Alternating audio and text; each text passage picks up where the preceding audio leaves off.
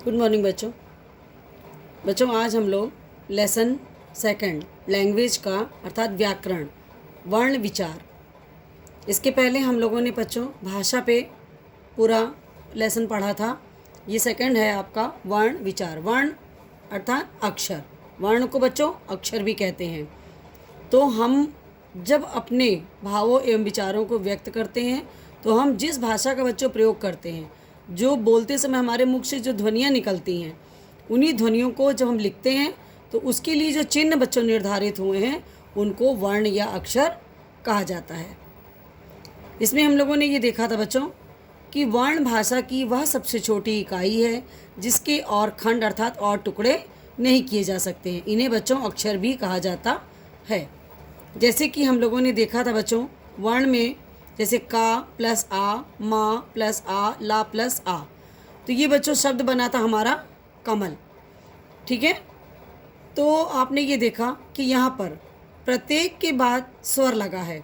स्वर भी वो कौन सा, जिसकी कोई मात्रा नहीं होती है, केवल उसकी उच्चारण करते समय बच्चों ध्वनि निकलती है। ये तो था बच्चों वर्ण कि वर्ण किसे कहा जाता है। फिर नेक्स्ट है बच्चों वर्णमाला। प्रत्येक भाषा की बच्चों अपनी वर्णमाला होती है। ठीक है, जब हम किसी भाषा के सभी वर्णों को जब एक साथ रखते हैं अर्थात एक समूह में रखते हैं तो उनको बच्चों वर्णमाला कहा जाता है। इसलिए उदाहरण है इसका बच्चों डिफिनेशन के रूप में कि वर्णों के व्यवस्थित समूह को बच्चों वर्णमाला कहते हैं।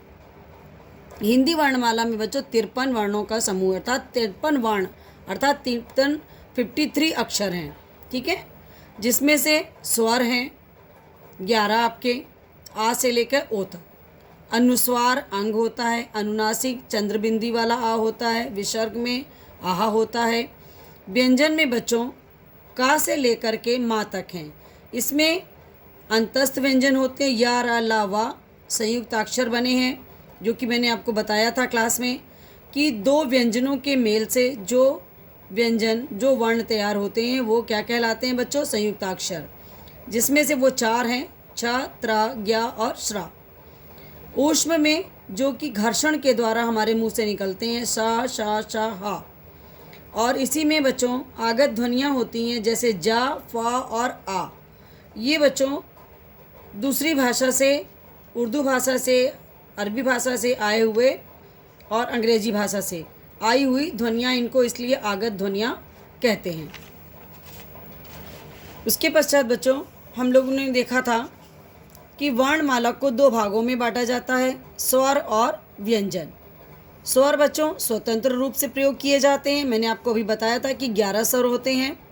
उसके पश्चात स्वरों के भेद होते हैं 3, ह्रस्व स्वर, दीर्घ स्वर और प्लुत स्वर। ह्रस्व में जो सबसे कम समय लगता है उच्चारण करने में बच्चों, और उससे दुगना समय लगता है दीर्घ स्वर में उच्चारण करने में। उसके बाद आपको बताया गया कि प्लुत स्वर, जिसमें ह्रस्व स्वर से तिगुना समय लगता है, और इसमें स्वर के आगे बच्चों एस का चिन्ह अंकित कर देते हैं, जैसे कि इसका प्रयोग ओम आदि ऐसे शब्दों के लिए प्रयोग किया जाता है। फिर आपको मैंने बताया था कि स्वरों की जो मात्राएं होती हैं उनको हम लोग व्यंजन में लगा करके इनका प्रयोग करते हैं। मैंने आपको एक एक मात्रा के बारे में और शब्दों के बारे में पूरा बताया है। ये तो हो गए बच्चों स्वर। स्वर के बाद हम लोग पढ़ेंगे व्यंजन। व्यंजन बच्चों जो वर्ण स्वरों की सहायता से बोले जाते हैं, उनका उच्चारण करते समय हवा जो है हमारे रुक कर रगड़ कर खा कर के मुख से बाहर निकलती है, तो उन्हें व्यंजन कहते हैं। व्यंजन 3 प्रकार के होते हैं बच्चों, स्पर्श व्यंजन और अंतस्थ व्यंजन और ऊष्म व्यंजन। तो बच्चों का वर्ग से लेकर पा वर्ग तक ये आपके हैं स्पर्श व्यंजन। अंतस्थ व्यंजन में आपके 4 हैं, या रा ला वा। ऊष्म व्यंजन में श, श, स, हा। उसके बाद मैंने आपको अभी बताया संयुक्त अक्षर होते हैं 4, जो कि 2 वर्णों के संयोग से बनते हैं। फिर है द्वित व्यंजन, ये अपने ही समान के 2 समान व्यंजनों के संयोग से बनते हैं, उन्हें बच्चों द्वित व्यंजन कहते हैं।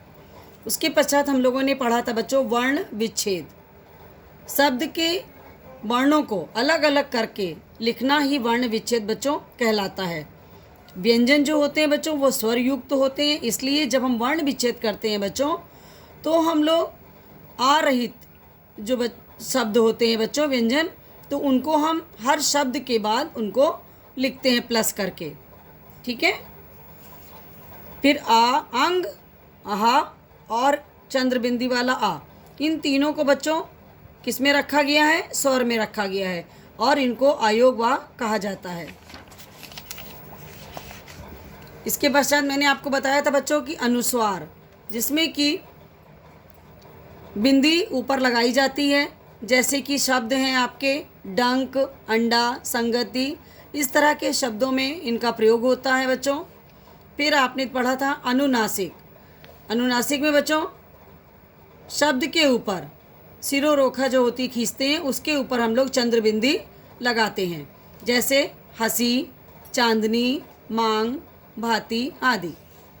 विसर्ग है बच्चों उच्चारण के समय, इनकी ध्वनि हा के रूप में हमारे उच्चारण में बच्चों निकलती है, और जब हम चिन्ह लगाते हैं तो इसमें विसर्ग लगाने के लिए बच्चों 2 बिंदी लगाई जाती हैं, उन्हें जैसे कि अतः, नमा, प्रातः, स्वतः आदि। तो ये तो था बच्चों आपका वर्ण विचार, वर्णों के भेद, स्वर, व्यंजन, अनुस्वार, अनुनासिक, अयोगवा, सबके बारे में हम लोगों ने इसमें पढ़ा। अब आपके पास है बच्चों इनके प्रश्न उत्तर। तो सबसे पहले देखिए, हमने आपको लिखाया है, पहला क्वेश्चन है वर्ण किसे कहते हैं।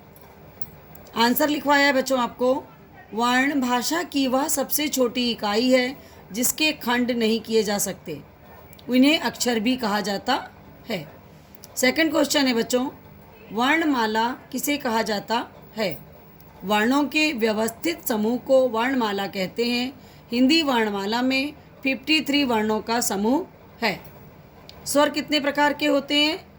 स्वर 3 प्रकार के होते हैं बच्चों, ह्रस्व स्वर, दीर्घ स्वर और प्लुत स्वर। क्वेश्चन नंबर 4 है बच्चों, वर्णमाला को कितने भागों में बांटा गया है।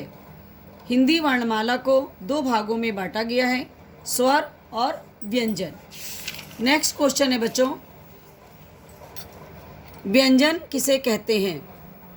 वे वर्ण जो स्वरों की सहायता से बोले जाएं तथा जिनका उच्चारण करते समय हवा रुककर या रगड़ खाकर मुख से निकले, उन्हें व्यंजन कहते हैं। व्यंजन के कितने भेद होते हैं बच्चों? व्यंजन के 3 भेद होते हैं, स्पर्श व्यंजन, अंतस्थ व्यंजन और ऊष्म व्यंजन। नेक्स्ट क्वेश्चन है बच्चों, संयुक्त व्यंजन कौन से हैं। छ, त्र, ज्ञ, स्रा वर्ण संयुक्त व्यंजन के अंतर्गत आते हैं। ये वर्ण 2 वर्णों के मेल से मिलकर बने हैं, अतः संयुक्त व्यंजन कहलाते हैं। जैसे उदाहरण में आप लिखेंगे छा, छा कैसे बना है बच्चों? का और शा के मेल से। ज्ञा, जा और इया के मेल से। त्रा जो है बच्चों ता और रा के मेल से। श्रा जो है शा और रा के मेल से। तो ये हो गया बच्चों संयुक्त व्यंजन। नेक्स्ट क्वेश्चन है, द्वित व्यंजन किसे कहते हैं। जो व्यंजन 2 समान व्यंजनों के संयोग से बनते हैं वे द्वित व्यंजन कहलाते हैं। जैसे का और का, तो ये मिलके बना कक, अर्थात शब्द बनेगा चक्कर, शक्कर आदि। नेक्स्ट क्वेश्चन है बच्चों 9 नंबर, वर्ण विच्छेद से क्या अभिप्राय है। किसी शब्द के वर्णों को अलग अलग करना वर्ण विच्छेद कहलाता है।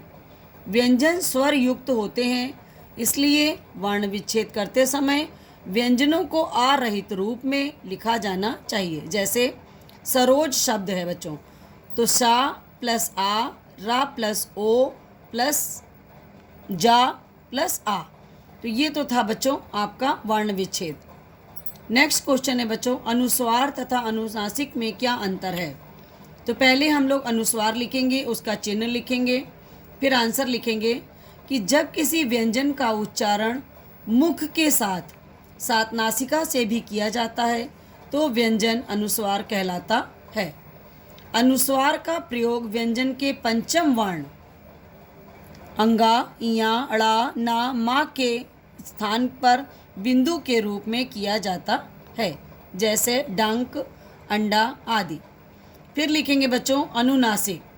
अनुनासिक का चिन्ह लगाएंगे चंद्रबिंदी वाला। इसका चिन्ह सिरोरेखा के ऊपर चंद्र बिंदु के रूप में लगाया जाता है। इसका उच्चारण करते समय हवा नाक और मुख के दबाव के साथ बाहर निकलती है, जैसे हंसी, चांदनी आदि। तो ये तो था बच्चों वर्ण विच्छेद। आपके क्वेश्चन आंसर कंप्लीट हो गए। मैंने आपको इनकी एक्सरसाइज करने के लिए दी थी, इनको कॉपी पे आप अपनी कर लीजिएगा, का और खा वाली।